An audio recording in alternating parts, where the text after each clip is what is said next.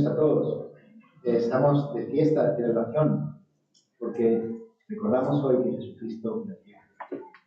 Jesucristo resucitó y su pueblo se reúne para disfrutarle, para alabarle, para darle gloria.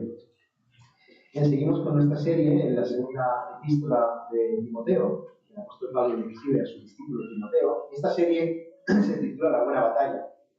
La Buena Batalla. La semana pasada empezamos una miniserie dentro de la serie que se titula Las Sagradas Escrituras, que es como un paréntesis temático dentro de una serie expositiva que es La Buena Batalla. Hacemos un paréntesis dentro de la serie que es Las Sagradas Escrituras.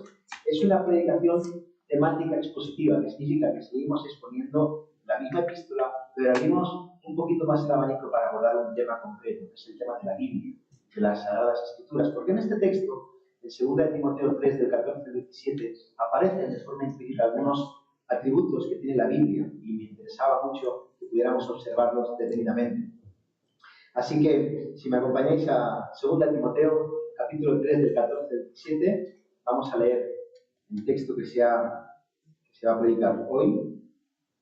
Lo hemos leído antes en catalán, ahora lo leemos en castellano. Dice la palabra del Señor: pero tú, Timoteo, persiste en lo que has aprendido y te persuadiste, sabiendo de quién has aprendido y que desde la niñez has sabido las Sagradas Escrituras, las cuales te pueden hacer sabio para la salvación por la fe que es en Cristo Jesús. Toda la Escritura es inspirada por Dios y útil para enseñar, para redarguir, para corregir, para instruir en justicia, a fin de que el hombre de Dios sea perfecto, enteramente preparado para toda buena obra.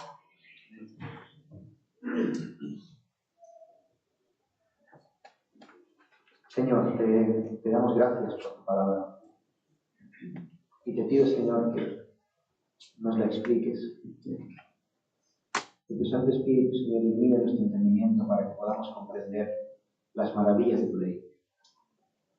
Podamos comprender la magnitud, la grandeza de tu palabra.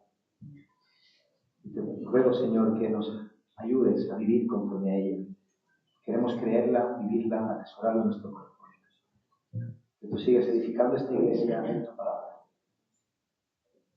Y te lo pedimos en el nombre de Jesús. Bien, en la última predicación respondimos a la pregunta de ¿es la Biblia la palabra de Dios? ¿Es la Biblia la palabra de Dios? Y la respuesta que dimos es que sí. La Biblia es la palabra inspirada de Dios. Dios la exhaló, Dios la sopló, la sacó de dentro de sí mismo hacia afuera y nos la dio a nosotros. ¿Para qué? Para que le conozcamos a Él, para darse a conocer a nosotros y para que sepamos cuál es el camino a la salvación, el camino del hombre para la salvación. Ahora, reconocer que la Biblia es la palabra de Dios nos abre otro interrogante importante para nosotros. La pregunta es, entonces, ¿cómo puedo entender la Biblia? Si la Biblia es la palabra del Dios Altísimo, el soberano, creador de los cielos y la tierra, entonces yo debo creerla. Y no solamente debo creerla, sino que debo obedecerla. Y si yo debo confiar en la Biblia y debo vivir conforme a lo que las Escrituras me dicen, mi preocupación estará en interpretarla bien, en no malentenderla, en no dejarme engañar, en no vivir confundido. Esa será mi preocupación. ¿Cómo puedo entenderlo bien? Así que el título de esta predicación es, en forma también de pregunta, ¿podemos entender la Biblia? Y voy a desarrollar este tema en 2 puntos. El primer punto va a ser, la Biblia es difícil. La Biblia es difícil. El segundo punto, la Biblia es clara. Y aunque pueda sonar contradictorio, simplemente son verdades que en tensión, que abren muchos matices que tenemos que considerar hoy. Estos son los 2 puntos de la predicación, porque en un sentido debemos reconocer que entender la Biblia tiene su dificultad, pero por otro lado debemos defender la doctrina de la claridad de las Escrituras y afirmar que la Biblia debe y puede ser entendida por todos nosotros. Así que el primer punto, la Biblia es difícil. Yo imagino que a todos nos ha pasado, como a mí, imagino que a vosotros también, que estáis leyendo la palabra del Señor y tenéis la sensación de que no os estáis enterando bien de nada, o de algo, pero es algo de que os estáis perdiendo mucho, que no acabáis de comprender qué está pasando por ahí. Es cierto que puede haber personas que tienen dificultad lectora por diferentes circunstancias, pero en el caso de la Biblia no es que sea difícil que la entiendas porque somos personas poco inteligentes, no se trata de eso, sino porque en cierto sentido la Biblia es un libro difícil de entender.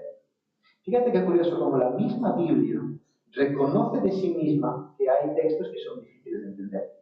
El apóstol Pedro escribe en la segunda epístola de Pedro, en el capítulo 3, del 15 al 16, dice a la iglesia: y tened entendido que la paciencia de nuestro Señor es para salvación, como también nuestro amado hermano Pablo, ahora habla del apóstol Pablo, según la sabiduría que le ha sido dada, nos ha escrito casi en todas sus epístolas, hablando en ellas de estas cosas, fíjate lo que dice ahora, entre las cuales hay algunas difíciles de entender, las cuales los indoctos e inconstantes tuercen, como también las otras escrituras para su propia perdición. Así que el apóstol Pedro, inspirado por el Espíritu Santo, está reconociendo que hay partes de la Biblia que son complicadas.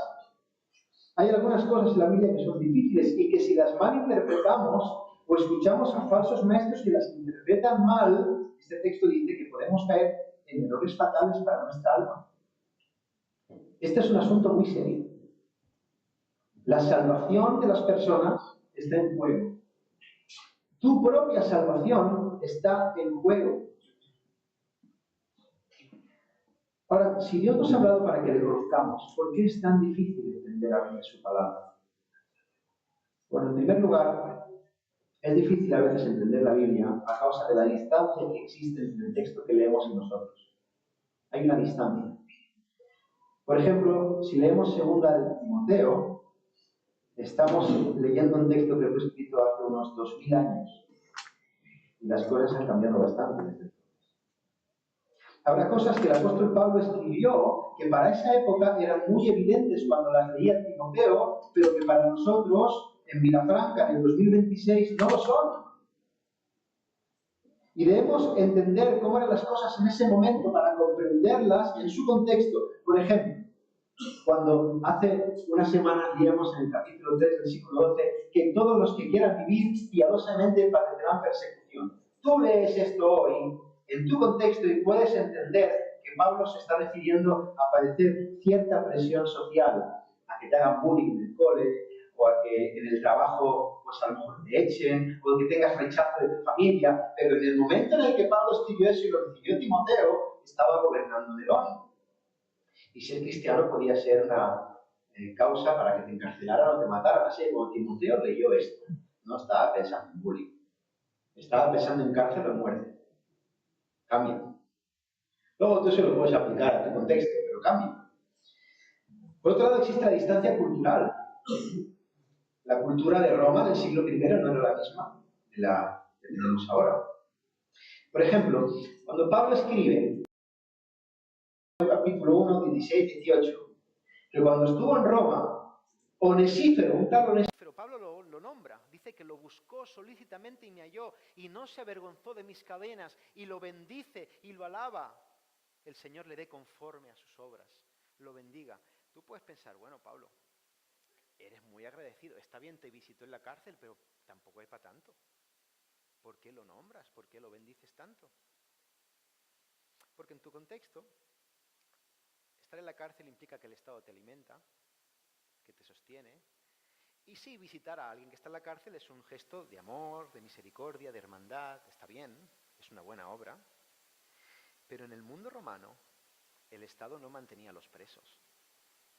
Y si eras encarcelado y te abandonaba todo tu entorno, te morías de hambre, de sed, de enfermedad, estabas vendido. Por eso Pablo se lamenta tanto por su soledad y por eso agradece tanto que haya gente que se acuerde de él. Era cuestión de vida o muerte a veces. Además, asociarte con un preso podía ser considerado deslealtad. Así que Onesífero se jugó su libertad, incluso su muerte, o sea, su propia vida para ir a buscar y estar con Pablo. Se la jugó mucho por Pablo. Entender el contexto cultural cambia el sentido de un texto y le da el sentido correcto. Y por último también hay otras consideraciones, pero quiero hablar de la distancia lingüística. El Nuevo Testamento, 2 de Timoteo, Pablo no escribió en castellano ni en catalán, escribió en griego común, griego koiné. Pero hay veces que cuando traducimos una palabra no somos del todo capaces de captar la dimensión de esa palabra en ese idioma. Pasa mucho en catalán, tenemos una palabra que es seny, el seny. El seny. Luego, si no eres catalán, nos explicas, nos preguntas a los que somos de aquí qué significa, pero tradúcelo. El seny. Es importante. Es como...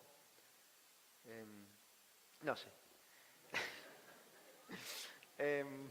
L'Òpera Joan te lo explica bien.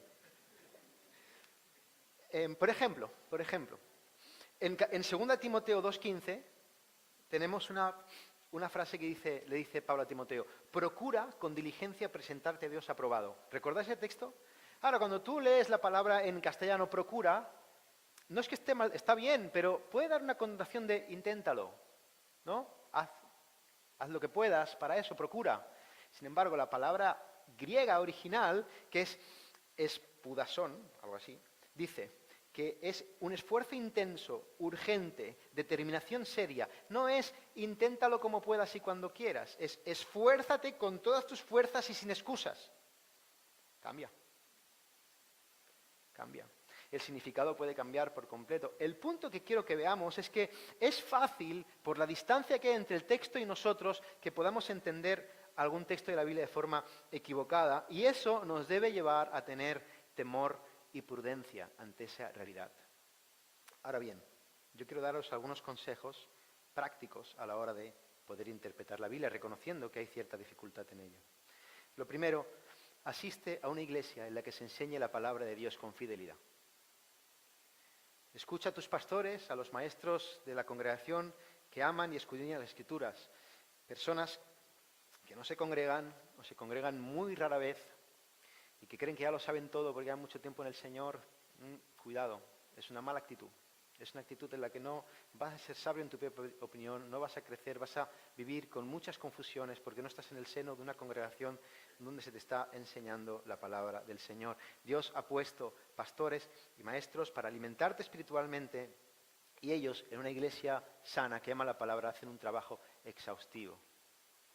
Los que predicamos y enseñamos en esta iglesia podemos equivocarnos, somos hombres, pero yo tengo un compromiso como pastor en que todos trabajamos con mucha exigencia para subir aquí y poder decir con una conciencia limpia, así dice el Señor.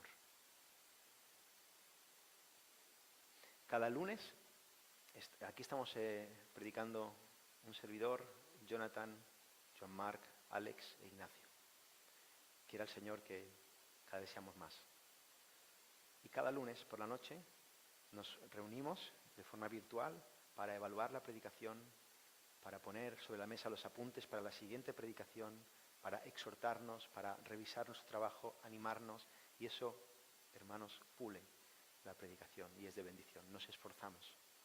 Así que asiste a una iglesia en la que se enseñe la palabra de Dios con fidelidad. En segundo lugar, algo que viene bien, que podéis hacer, es consultar diferentes traducciones de la palabra. Cuando un texto no lo acabéis de entender, consulta diferentes traducciones en castellano, en catalán.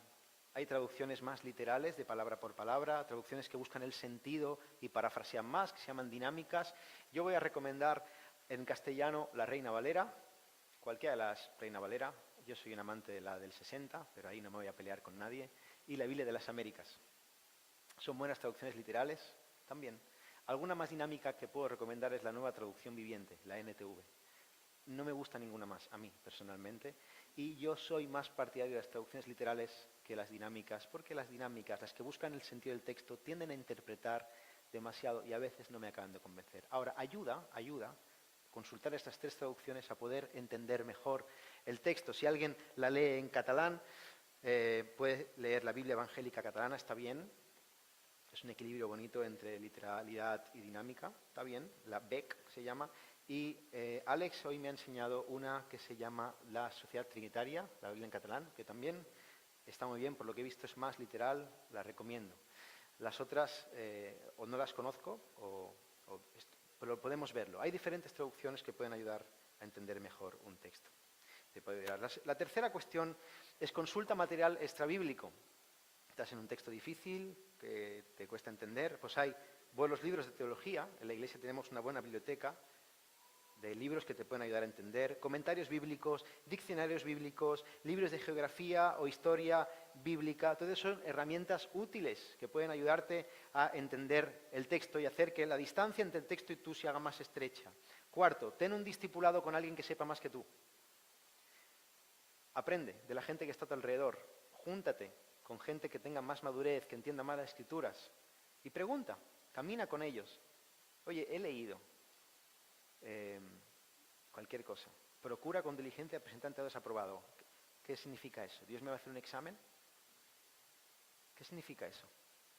Pregunta, yo cuando me convertí, recuerdo que me compré una libreta pequeña y todo, yo devoraba la Biblia y todo, eso es muy fuerte, todo lo que no entendía, una palabra, una frase, un concepto, todo lo apuntaba. Todo. Cuando digo todo, es todo. Y cada semana iba al pastor y le iba a preguntar al pastor. Y en un momento, esto es literal, yo me di cuenta que el pastor se escondía cuando me veía.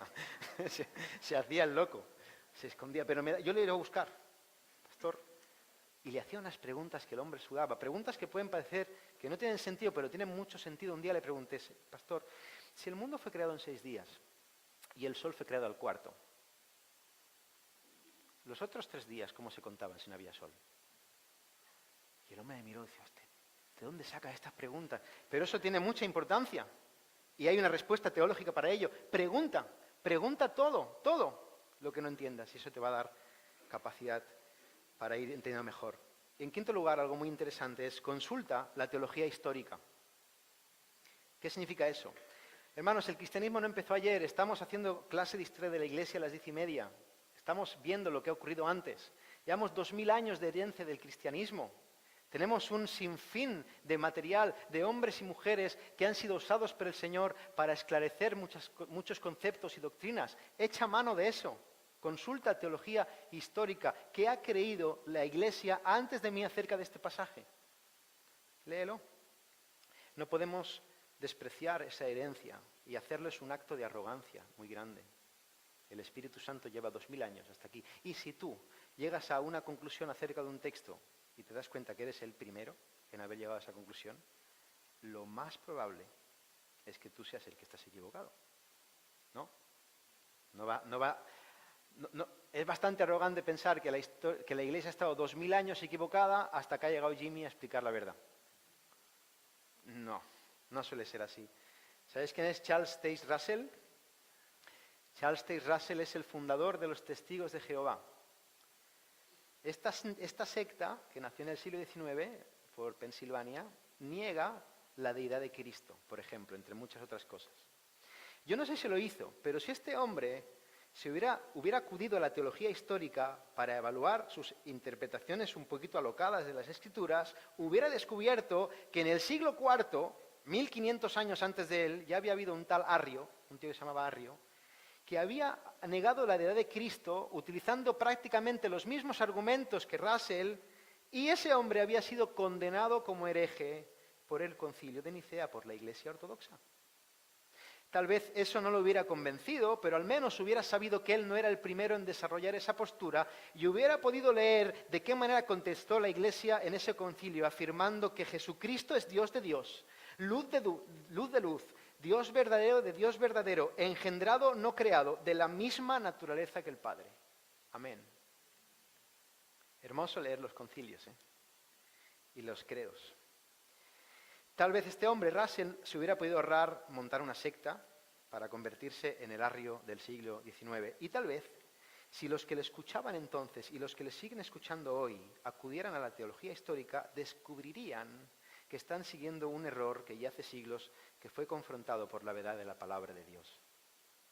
La teología histórica nos ayuda a comprender las Escrituras y nos libra de muchos errores graves.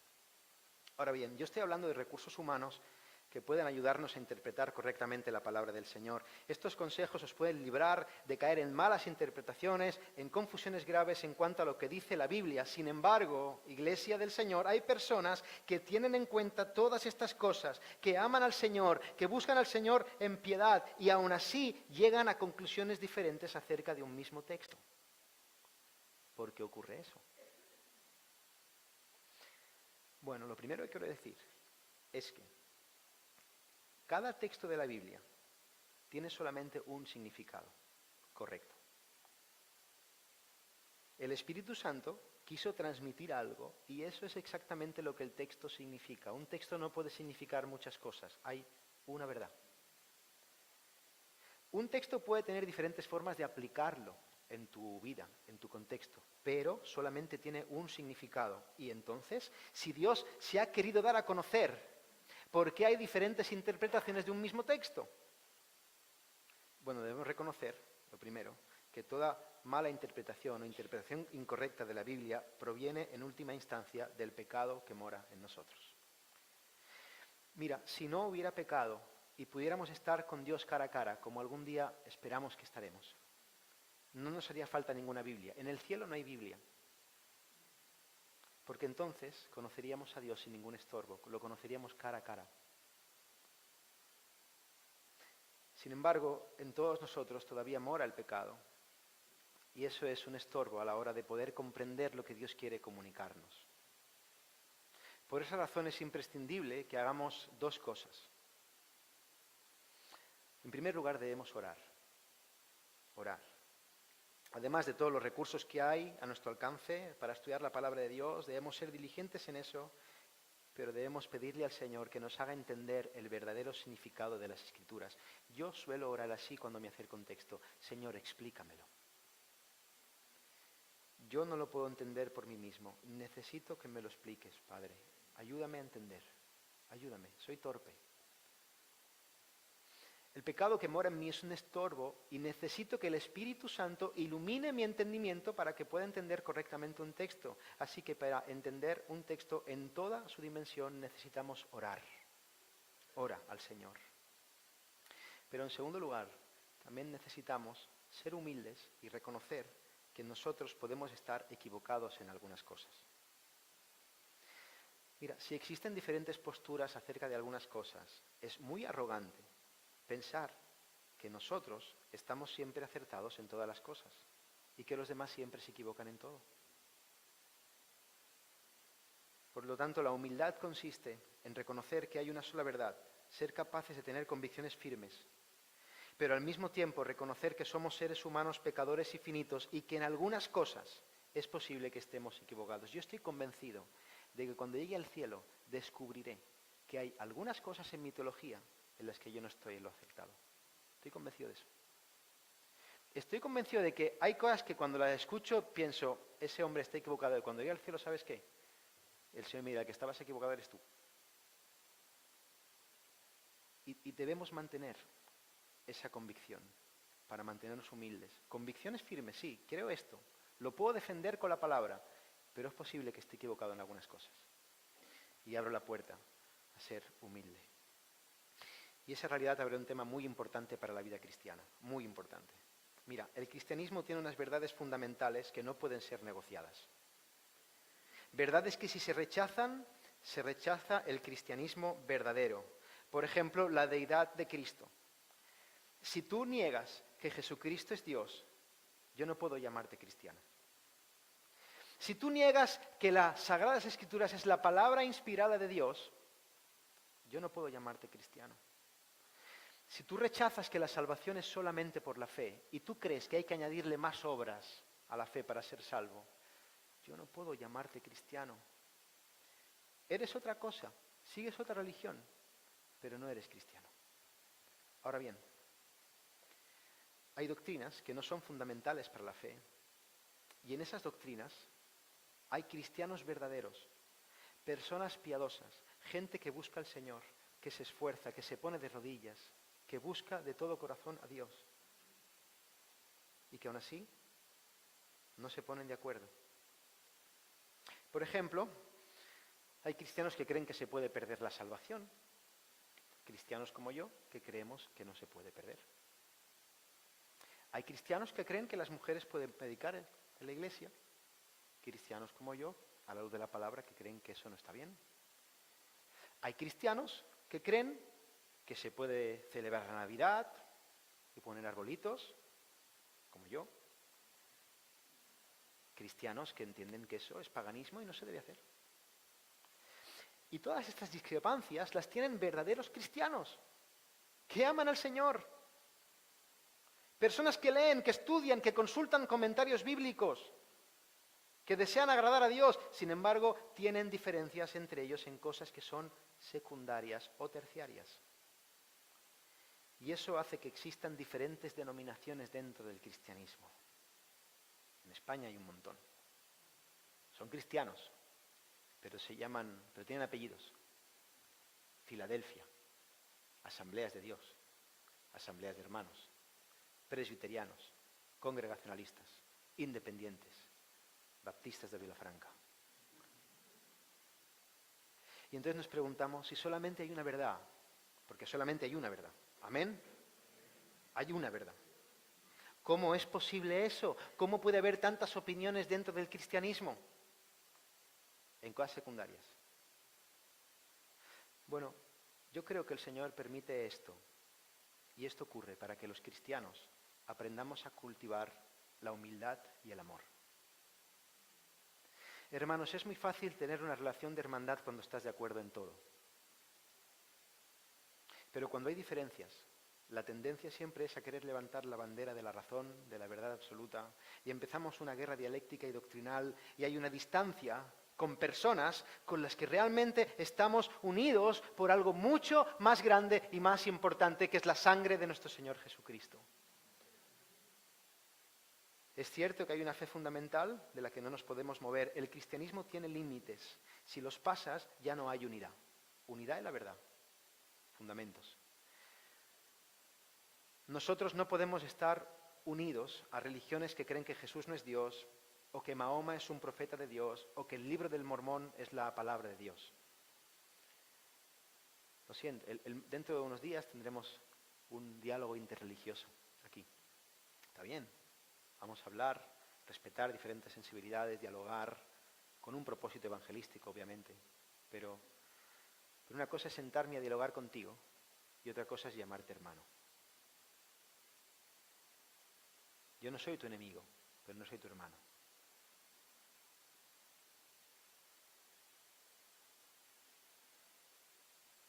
El cristianismo tiene fundamentos de fe, hay límites, pero en todas las cosas, hermanos, que no ponen en peligro la fe cristiana, debe haber unidad en la diversidad. Hay diferentes puntos de vista en cosas secundarias, diferentes opiniones, diferentes formas de hacer, y esa diversidad, en el fondo, enriquece al pueblo de Dios. Son manifestaciones del reino de Dios, del que podemos aprender mucho y ser muy edificados, pero para poder disfrutar bien de eso, debemos tener nosotros como iglesia convicciones firmes, tener los límites claros de aquello que nosotros creemos, una confesión de fe clara, es fundamental para eso. ¿Para qué? Para que no se cuele la herejía, para que la iglesia no esté confundida. Pero al mismo tiempo tener mucho amor y mucha humildad con el hermano que piensa diferente a nosotros en cosas que no son fundamentales. Yo desde que me convertí entendí las doctrinas de la gracia, que es como lo que se llama el calvinismo, ¿no? Vamos a poner que la salvación no se puede perder, es una de las cosas que dice el calvinismo. Yo lo creo, lo abrazo, bien entendido, creo que es lo que enseña la palabra de Dios. Y cuando yo me convertí, ya lo entendí así. Pero al principio de mi conversión, que yo no entendía esto que estoy predicando hoy, entendía que aquellos que no creían alguna cosa como yo eran sospechosos de que no habían entendido bien el cristianismo. Entonces, cuando yo conocí a un arminiano, era como, uy, este es raro. Igual el raro era yo, pero yo pensaba así. Y muy inmaduro. Y una vez fui a Córdoba a visitar una iglesia a la que me invitaron para cantar. Y era una iglesia muy curiosa porque eran dos pastores, padre e hijo. El hijo era calvinista, el padre arminiano. Y a mí eso ya me dislocó la cabeza. Digo, ¿esto cómo va a ser? Y yo recuerdo que conocí a este hombre, al padre, un misionero, un hombre ya con muchos años en el ministerio. Yo llevaba 1 año y medio en el Señor. Típico jovencito que se cree que lo sabe todo y no sabe nada.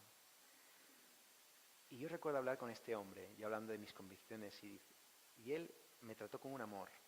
Y yo me acuerdo que conocerle fue un antes y un después en mi vida, porque él me habló de cómo era su vida de oración, de cómo ayunaba, de las cosas que había hecho el Señor a través de la oración, en su ministerio, en las misiones por todo el mundo. Sus hijos estaban en el Señor, yo veía cómo trataba a su mujer. Estuve 2 o 3 días con él y me marcó. Y yo pensé, yo no sé si es arminiano, pero yo quiero ser como él. A mí este tío me gusta. Me mola un montón lo que hace. Y cómo lleva su ministerio, y cómo está en oración. ¿Entendéis? ¿Entendéis?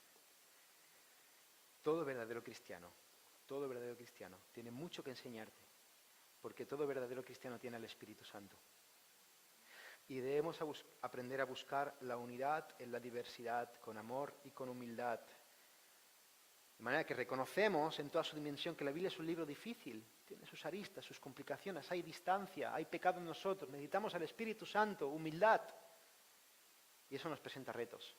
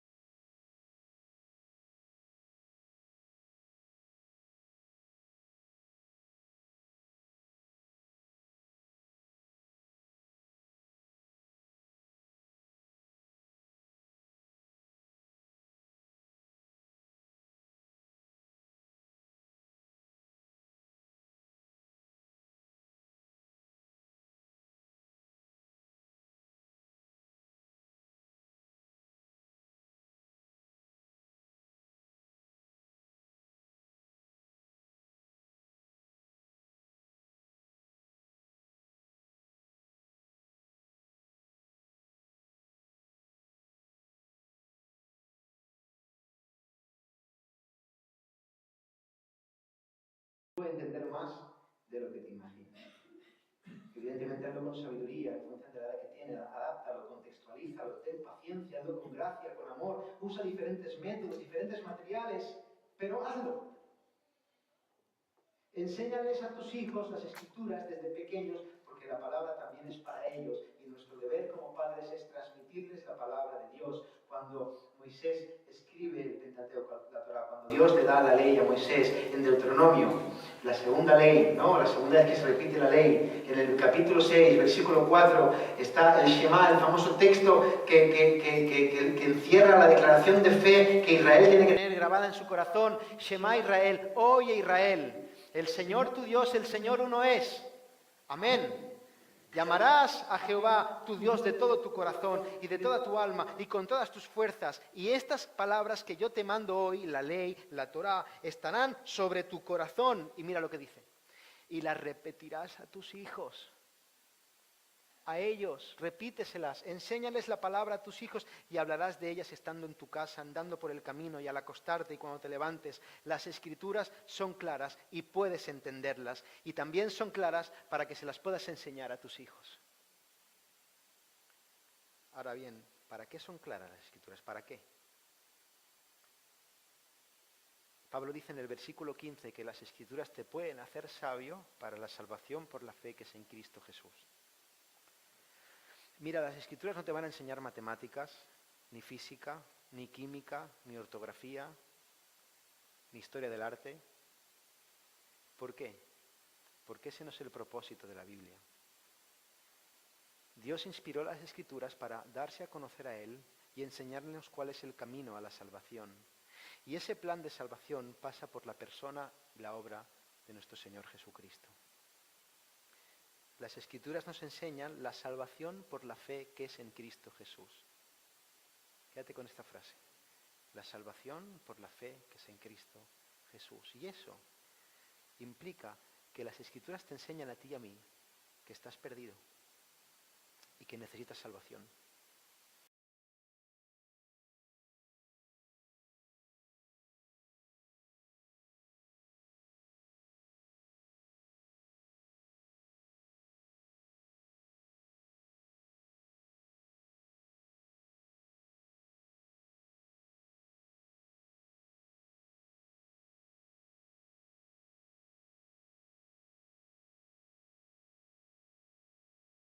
Salvo.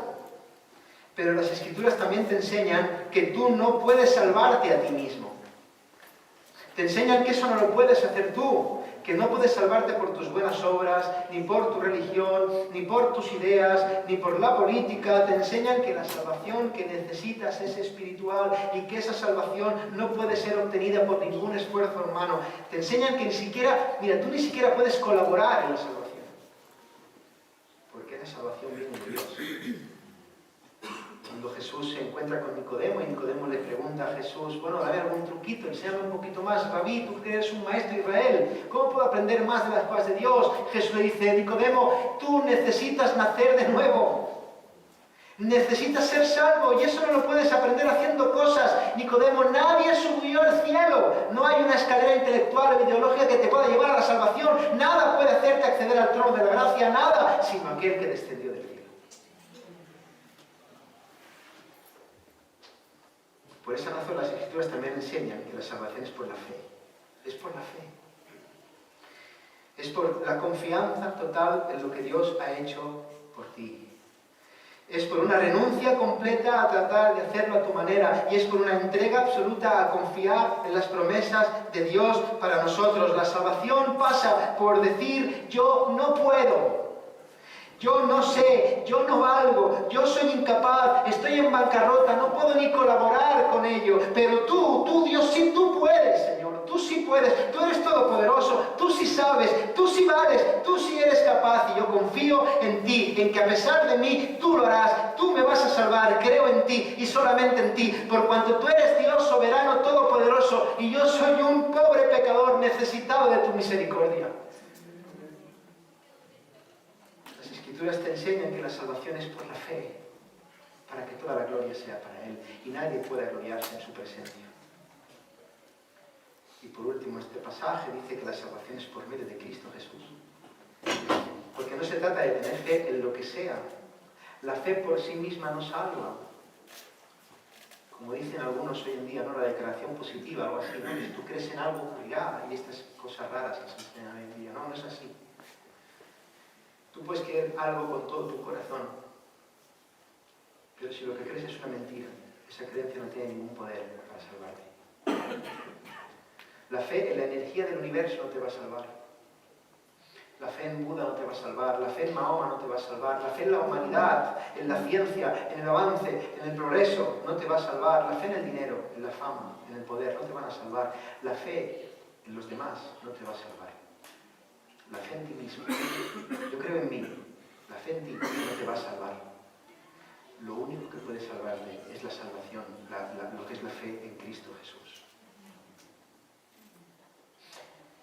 Pero no cualquier Jesús, porque hay un montón de opiniones acerca de quién es Jesús, sino el Cristo Jesús que es revelado en las Escrituras. El único que puede salvarte, el único que tiene poder para salvarte, es el Jesús que se revela en la Biblia, el Hijo de Dios encarnado. Jesús es el Mesías. Jesús es el enviado de Dios que vino a salvarnos de nuestros pecados y es a través de la fe en Él que podemos ser salvos.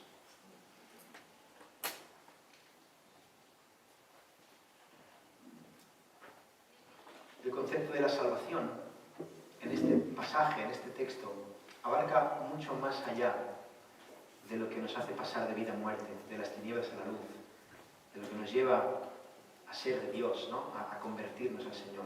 La salvación abarca también nuestra vida de santificación y eso lo veremos en el siguiente mensaje. Quería centrarme hoy en la salvación en cuanto a la justificación delante de Dios, cómo podemos pasar de muerte a vida, cómo podemos ser salvos eternamente. Mira, la Biblia es clara, cristalina, para mostrarte quién eres, mostrarte tu pecado y mostrarte el camino a la salvación que es por la fe en Cristo Jesús. Y si realmente entiendes esto y lo crees de verdad, de todo tu corazón, entonces tienes vida eterna. No he dicho tendrás, he dicho tienes. Y esa vida se manifiesta ya a este lado de la eternidad, aquí y ahora. De tu interior brotarán ríos de agua viva. Una persona que entiende lo que las Escrituras enseñan con claridad va a ser una persona realmente bienaventurada, dichosa, feliz y capaz de vivir en este mundo con sabiduría. Y eso está al alcance de cada uno de nosotros, porque las Escrituras son claras. El título de esta aplicación es ¿podemos entender la Biblia? Y la respuesta es que aunque en un sentido la Biblia tiene su dificultad, es un libro difícil, sí podemos entenderla, porque al mismo tiempo las Escrituras son claras. Son tan claras que hasta un niño, llamado Timoteo, había aprendido y sabido las Sagradas Escrituras. Unas Escrituras que a ti también te pueden hacer sabio para la salvación que es en Cristo Jesús. Amén. Que el Señor bendiga su palabra y todos nosotros seamos diligentes en estudiarla. Que el Señor ilumine nuestra mente y nuestro corazón para poder comprender todo lo que Él nos ha dicho con total claridad. Que su palabra, a través del Espíritu Santo, nos haga sabios para la salvación por la fe que es en Cristo Jesús. Amén. Vamos a orar.